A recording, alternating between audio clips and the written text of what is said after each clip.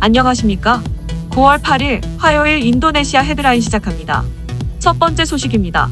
인도네시아 코로나19 확진자가 총 19만 4,109명으로 늘어났으며 이 중 4만 8,025명, 완치 13만 8,575명으로 집계되어 4.2%의 치사율을 보이고 있습니다. 인도네시아 1일 확진자 수가 3,000명을 넘긴 이후 1주 만에 3,000명 중반 수준으로 늘어났으며 자카르타는 연일 1,000명 이상의 확진자가 발생하고 있습니다. 조코위 대통령은 인도네시아에서 코로나 바이러스 양성 사례 증가가 다른 국가에 비해 상대적으로 통제되고 있는 상황이라고 말했습니다. 그러나 아이르랑가 대학의 역학자는 조코위 대통령의 주장에 반대하는 의견을 냈습니다.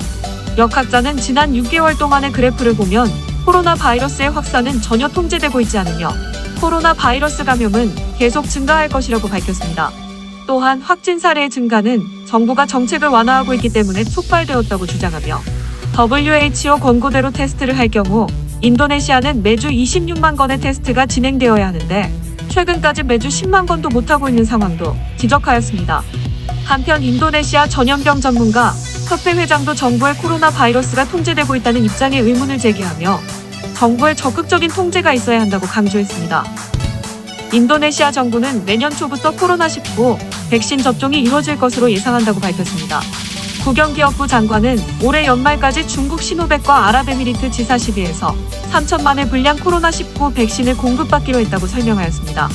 이들 두 회사는 현재 백신 양산 전 마지막 임상 3상 시험 중으로 알려져 있습니다. 인도네시아 정부는 백신을 공급받게 되면 코로나 최전선에 있는 의료진과 관련 군경 150만 명에게 백신 접종 우선권을 줄 것이며 저소득층 9,300만 명에게 코로나19 백신을 무료로 접종할 계획이라고 밝혔습니다. 특히 무료 접종 대상자 가운데서는 노인 등 고위험군에게 먼저 제공할 계획이라고 전했습니다. 또한 고소득자는 백신 비용을 자비로 지급해 정부 부담을 덜어야 하고 고용주들은 고용인들의 접종비를 가능한 한 지불해야 할 것이라며 돈을 낸다고 해서 백신 접종 우선권을 주는 것은 아니고 정부가 접종 일정 등 총괄 계획을 마련 중이라고 강조했습니다. 전문가들은 현재 개발 중인 코로나19 백신은 한 번 접종으로 평생 면역력이 생기는 것이 아니라 6개월 정도 후에 항체가 없어지는 사례가 많이 발생되고 있어 반복 접종이 필요할 것이라며 정확한 효능 기간은 임상시험뿐만 아니라 접종 후 관찰로 파악해야 할 것이라고 조언했습니다. 자카르타 주지사는 무증상자, 증상이 경미한 확진자도 국가시설에 격리하는 규정을 마련 중이라며 새 규정이 나오면 모든 확진자는 시설 격리로 전환될 것이라고 밝혔습니다. 자카르타 주지사는 무증상자, 증상이 경미한 확진자는 끄마요란의 아시안게임 선수촌 개조병원에 격리하고 나머지 유증상 확진자는 코로나19 지정 병원에서 치료할 것이라며 이를 통해 좀 더 효과적으로 코로나 감염의 사슬을 끊어낼 수 있을 것이라고 언급했습니다. 이어 모든 확진자를 격리하려는 것은 이들이 자가격리 지침을 자꾸 위반하고 감염되지 않은 가족에게 전염을 시키는 것이 문제이기 때문이라고 설명했습니다. 하지만 일각에서는 늘어나는 확진자 수에 비해 병상의 수가 부족할 것을 우려하는 목소리도 있습니다. 동부 자카르타 코로나 대응 단속반은 마스크 미착용자들에게 관속에 5분간 들어가 있는 새로운 벌칙을 선보였습니다. 그동안 자카르타시는 마스크 미착용자들에게 벌금과 사회봉사 팔굽혀펴기 등의 벌칙을 적용하였으나 이러한 벌칙으로도 마스크 미착용 사례가 줄지 않았기 때문에 충격요법으로 노선을 변경한 것입니다. 입관 체험을 한 마스크 미착용자는 과태료를 낼 돈도 없고 배달 일을 하기 때문에 사회봉사를 수행할 시간도 줄이고 싶어 입관 벌칙을 선택했다며 내가 관속에 놓은 사진, 동영상이 다른 이들에게 교훈이 됐으면 좋겠다고 전했습니다. 다음 소식입니다. 인도네시아 교육문화부 장관은 전국의 학생과 교사들의 원격 수업 준비를 돕기 위해 스마트폰과 데이터 인프라에 5억 3,200만 달러를 투입하겠다고 밝혔습니다. 해당 프로젝트가 완료되면 연말까지 6천만 명에 달하는 학생들이 혜택을 볼 수 있으며 학생 한 명당 데이터는 매달 35GB가 할당될 예정입니다. 이를 위해 현재 교육문화부는 데이터를 할당할 학생과 교사들을 파악하고 있으며 오는 11일 완료될 예정이라 밝혔습니다. 인도네시아는 코로나 사태가 확산되자 대면 수업을 원격 수업으로 전환했습니다. 하지만 집에서 인터넷 연결이 되지 않는 학생들이 상당수 발견됐고 인터넷 환경도 제대로 구축되지 않은 상황에서 원격 수업의 원활한 진행에 어려움이 있었습니다. 이에 정부가 나서서 인터넷 인프라에 예산을 투입하겠다고 나선 것입니다만 일각에서는 정부가 지원을 확대해도 여전히 혜택을 보지 못하는 농촌과 저소득층 학생들이 많을 것이라는 우려와 함께 차라리 TV 교육 프로그램을 더 확대하자는 주장도 나오고 있습니다. 스마트폰, 인터넷과 달리 대부분의 가정에서는 TV를 보유하고 있으니 TV를 통한 교육 방식이 저소득층은 물론 더 많은 학생들에게 도움이 될 것이기 때문입니다. 인도네시아 교사연맹 사무총장은 TV 프로그램을 활성화하면 더 많은 학생들이 이를 시청할 수 있을 것이라며 공공방송사 하나를 지정해 교육 프로그램 중심으로 편성표를 짜면 될 것이라고 언급했습니다. 다음 소식입니다. 한국국제협력단은 세계보건기구 인도네시아 사무소와 코로나19 감염 감시 및 긴급대응 분야 역량 강화 사업에 공동협력 약정을 체결하고 긴급대응 인력을 양성하기로 했다고 밝혔습니다. 이번 사업은 코이카의 코로나19 포괄적 긴급지원 프로그램과 WHO의 코로나 대응 계획의 일환으로 기획되었습니다. 그간 인도네시아 정부는 코로나19 확산을 방지하기 위해 선제적 감시 및 대응 체계를 구축하는 데 총력을 기울여 왔으나 국가적 비상사태 대응에 필요한 인력을 단기간 내 확보해야 하는 시급한 과제를 안고 있습니다. 특히 데이터 관리 부실 문제에 심각성이 부각되며 감염병 대응 전문 인력이 절대적으로 부족한 상황입니다. 이에 코이카와 WHO는 인도네시아에서 코로나19 대응 인력 수요가 가장 높은 분야인 감염 추적, 감시, 긴급 대응에 집중해 역량 강화 사업을 추진하기로 하였습니다. 코이카는 내년 6월까지 약 10개월간 50만 불 규모로 코로나19 긴급 대응팀, 공공병원 의료인력, 대학연구진, 정책결정자를 위한 단기 집중 역량 강화 프로그램을 실시할 계획이며 향후 인도네시아 전국의 보건의료기관, 중앙지방정부, 출입국 시설을 중심으로 지원 범위를 넓혀갈 예정입니다.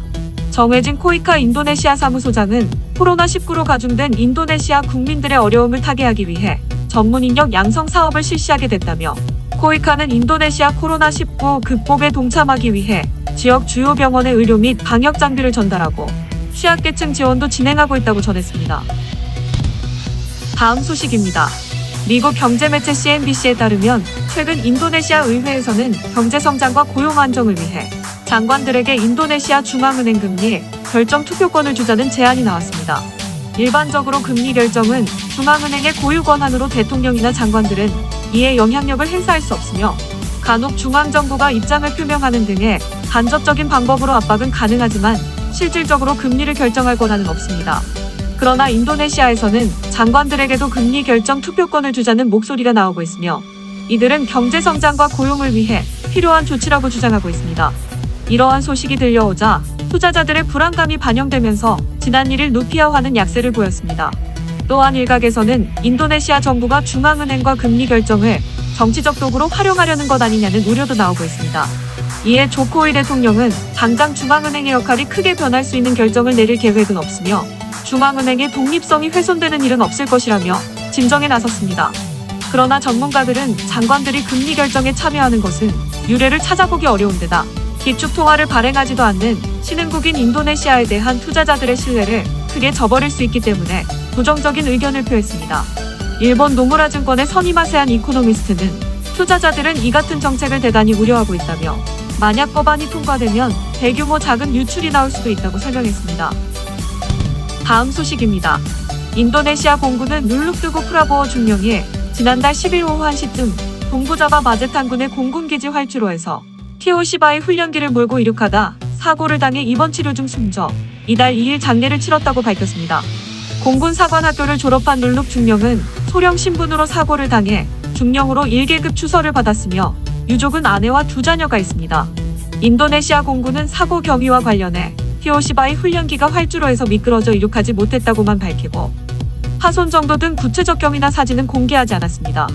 사고 발생 당시 공군은 훈련기가 미끄러지면서 심하게 파손됐고 조종사 2명이 부상했다며 사고 원인 조사 착수 사실을 알렸으나 지금까지 기체 결함과 조종사 실수 등 추정되는 원인은 공개되지 않았습니다.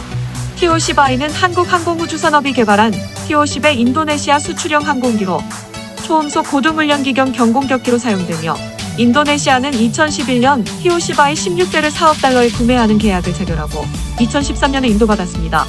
하지만 해당 기체는 2015년 에어쇼에서 수직으로 추락해 조종사 2명이 숨졌던 사고가 있어 이번이 2번째 사고로 기록되었습니다. 다음 소식입니다. 롯데케미칼이 인도네시아에 조성하고 있는 석유화학단지가 코로나 사태로 계획보다 완공이 지연될 가능성이 커졌습니다. 해당 단지는 이미 기본 설계를 마친 상태이며 예정대로라면 올해 말, 늦어도 내년 초에는 착공에 들어가 2023년부터 상업 생산을 시작할 예정이었습니다. 그러나 코로나19의 확산으로 프로젝트 진행에도 비상이 걸렸습니다. 롯데케미칼이 코로나19에 감염 위험까지 무릅쓰고 공장 건설에 나선다고 해도 인력 및 장비 반입이 자유롭지 않은 상황이어서 프로젝트를 강행하기에는 회사로서는 부담이 되고 있습니다. 또한 코로나19로 경기가 침체한 상황에서 대규모 투자로 생산 능력을 확대한다고 하더라도 기대만큼의 성과가 나올지도 롯데케미칼로서는 고려해야 할 부분입니다. 이에 따라 롯데케미칼도 내부적으로 현지 코로나19 확산세를 예의주시하면서 착공 시점을 조율하고 있는 것으로 전해졌습니다. 회사 관계자는 해당 프로젝트 착공 일정에 대해 코로나19 확산세를 보며 예의주시하고 있다며 아직 결정이 난 상황은 아니다고 설명했습니다. 이어 변경 사항이 있으면 현지 공시나 3분기 실적 발표를 통해 얘기할 것이라고 덧붙였습니다. 다음 소식입니다. 국제동물구조 인도네시아 지부와 야생동물 보호 당국이 합동으로 서부 깔리만탄의 한 가정집에서 불법 사육되던 암컷아기 오랑우탄을 구출했습니다. 해당 오랑우탄은 좁은 우리에 갇혀 쌀과 설탕물, 연유 등을 먹으며 열악한 환경에서 지낸 것으로 조사됐습니다. 수의사가 검진한 결과 해당 개체는 대략 생후 2년 6개월 됐으며 오른쪽 허벅지 뼈에 혹이 있고 피부 질환으로 다리와 등에 털이 빠져 있었습니다. 국제동물구조는 해당 오랑우탄을 재활센터로 데려와 검역 조치하고 정밀 검사를 진행 중이라고 밝혔습니다. 또한 단체 관계자는 코로나19 대유행 상황에 인간과 97% 동일한 유전자를 가진 오랑우탄을 불법 사육하는 것은 또 다른 질병으로 인류를 위험에 빠뜨릴 수 있다며 불법 사육 중인 오랑우탄 등 야생동물을 보호 당국에 넘겨달라고 촉구했습니다. 참고로 세계자연기금은 보르네오 오랑우탄의 개체 수가 지난 60년간 50% 이상 감소해 현재 야생에는 약 10만 마리 정도만 남은 것으로 추정하고 있습니다. 시청해주셔서 감사합니다. 다음 시간에 뵙겠습니다.